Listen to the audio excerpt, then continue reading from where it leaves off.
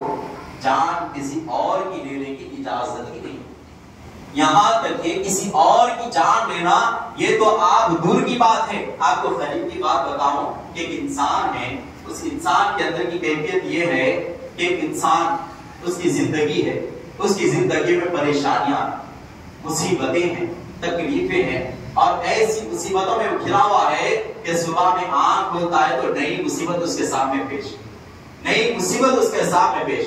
اب وہ کیا کرتا ہے؟ یہ خیال کرتا ہے کہ میں اتنی مشکلات میں، مصیبتوں میں، تکلیفوں میں ہوں تو کیوں نہ ایسا کروں کہ جان دے دوں، خودکشی کر لوں، اپنی زندگی کو ختم کر لوں۔ تو محترم حاضرین کرام، مصیبتوں کو دیکھ کر اگر کوئی ایمان والا، چاہے مرد ہو یا عورت ہو، اپنی زندگی کو ختم کرنے کی اجازت ہے۔ اسلام میں اس کو اپنی زندگی ختم کرنے کی اجازت نہیں۔ دنیا کی مصیبتوں سے، تکلیفوں سے تنگ آ کر کوئی اپنی جان دینا چاہے تو جان نہیں دیتا۔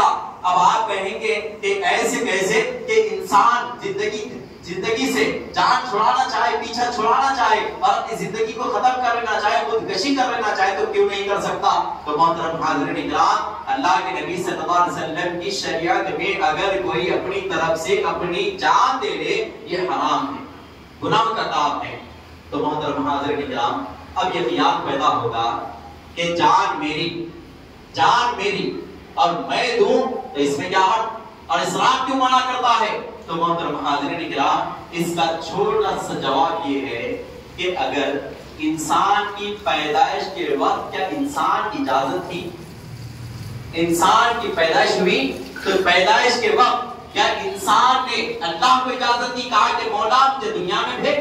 تو کیا اللہ تعالیٰ نے دنیا میں پیدا فرمایا؟ نہیں، بلکہ اللہ تعالیٰ نے اپنی مرضی سے دنیا میں پیدا فرمایا۔ تو جب وہ انتقال فرماتا ہے، جان دیتا ہے، تو اسی کی رضا ہونی چاہیے۔ ہمارا معاملہ نہیں ہے کہ جیسے ہم اپنی اجازت کے بغیر پیدا ہوئے ہیں تو اپنی جان دینا بھی اب ہماری مرضی میں نہیں ہے، یہ بھی اللہ تعالیٰ کی مرضی ہے۔ جیسا اللہ تعالیٰ نے اپنی مرضی سے دنیا میں انسان کو پیدا فرمایا، ایسے ہی اللہ کی مرضی سے اللہ تعالیٰ انسان کی زندگی کو ختم فرماتا ہے۔ ہمارے ہاتھ میں کچھ بھی نہیں ہے کہ ہماری زندگی ہماری نہیں ہے، بلکہ اللہ کی طرف سے ملا ہوا ایک تحفہ ہے جو صحیح سلامت واپس اسے لوٹانا ہے۔ اس لیے محترم حاضرین کرام، انسان کو اسلام میں اپنی زندگی کو ختم کرنے کی اجازت نہیں۔ تو ذرا اندازہ لگائیے، خود اپنی زندگی ختم کرنے کی انسان کو اجازت نہیں تو انسان ہو کر کسی انسان کا قتل کر دے، اس کا معاملہ کیا ہوگا؟ اس کا معاملہ کیا ہوگا کہ خود کی جان اپنی مرضی سے خود نہیں لے سکتا تو دوسرے کی اگر جان اگر کوئی لے لے تو اس کا آخرت میں عذاب کیا ہوگا؟ اس لیے محترم حاضرین کرام، ان گناہوں سے بچنے کی کوشش کیجیے، اور محترم حاضرین کرام اس بات پر بھی تو غور کیجیے، خاص طور پر یہ بات میرے ان نوجوانوں سے ہے جو رات میں جاگا کرتے ہیں۔ جب رات میں جاگا کرنا، درے ادھر روڈوں پر پھر رہے ہیں، ادھر سے ادھر تفریحات ہو رہی ہے، کھانا پینا چل رہا ہے، اور محترم حاضرین کرام گناہوں کا بدلہ گرم ہو چکا ہے، تو ذرا میں ان نوجوانوں کو اس راہ پر لے کر جانا چاہتا ہوں جس راہ پر جاگا تو کرتے تھے، لیکن آج کے جاگنے میں ان کے جاگنے میں زمین اور آسمان کا فرق تھا، زمین اور آسمان کا فرق تھا۔ محترم حاضرین کرام، آپ کا جاگنا کیا ہے؟ لہو لعب ہوئی، آپ کا جاگنا مسخرے پڑے ہیں، آپ کا جاگنا دوستوں کے محفلوں میں، آپ کا جاگنا گناہوں میں۔ ہمارے نبی صلی اللہ علیہ وسلم بھی رات میں جاگا کرتے تھے، آپ بھی تو جاگتے ہیں، ہمارے نبی بھی جاگا کرتے تھے۔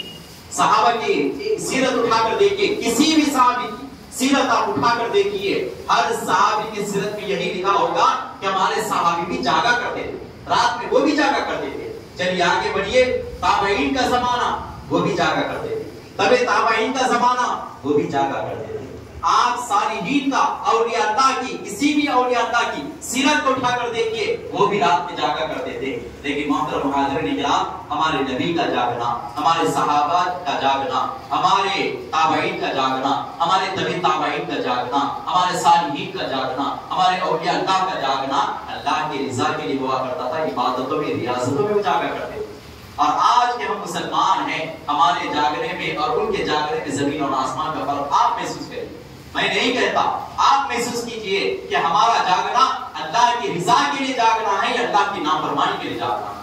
اس بات پر غور کیجئے محترم حاضرین اکرام، اللہ تعالیٰ نے رات آرام کے لیے بنائی ہے، دن میں اللہ تعالیٰ کی مشغولیت رکھی ہے۔ اگر اللہ تعالیٰ چاہتا تو جیسے دن میں 5 نمازیں اللہ تعالیٰ نے ہم پر فرض فرمائی، ایسے ہی رات میں 5 نمازیں ہماری ہوتی، رات میں 5 نمازیں اللہ تعالیٰ میں عطا فرما دیتا۔ جیسے گھنٹے کو اٹھ کر ہر 2 گھنٹے 4 گھنٹے میں ہماری ایک نماز ہوتی، تو رات میں اٹھ کر اتنی مشقت کے بعد کیا نماز ادا کرتے تھے؟ آج دن میں کھلی آنکھ رکھ کر بھی ہم 5 نماز ادا نہیں کرتے۔ اگر اللہ تعالیٰ رات میں اگر ہماری عبادتیں فرض فرما دیتا تو رات میں ہماری کون سی عبادتیں ہوتی؟ محترم حاضرین اکرام، رات کی ایک آخری ساعت میں 1 فجر کی نماز ہمیں ملتی ہے۔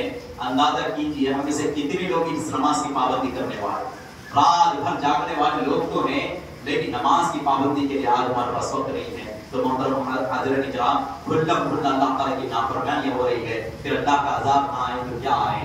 مسلمان مشکلات میں نہ گھرے تو پھر کیا ہو؟ تکلیفوں میں ہماری زندگیاں نہ گزرے تو پھر کیا ہو؟ محترم حاضرین اکرام، کثرت کے ساتھ اللہ کے لیے عبادت کرنے والے کم لوگ اور اللہ کی نافرمانی کرنے والے زیادہ سے زیادہ لوگ ہیں، تو ہماری دعائیں آج قبول نہیں ہوتی، اس لیے کہ نافرمان لوگوں کی کثرت ہے، نافرمان لوگوں کی آج کثرت ہو چکی ہے، اس لیے اللہ تعالیٰ نے صالحین کی دعاؤں کو بھی روک دیا۔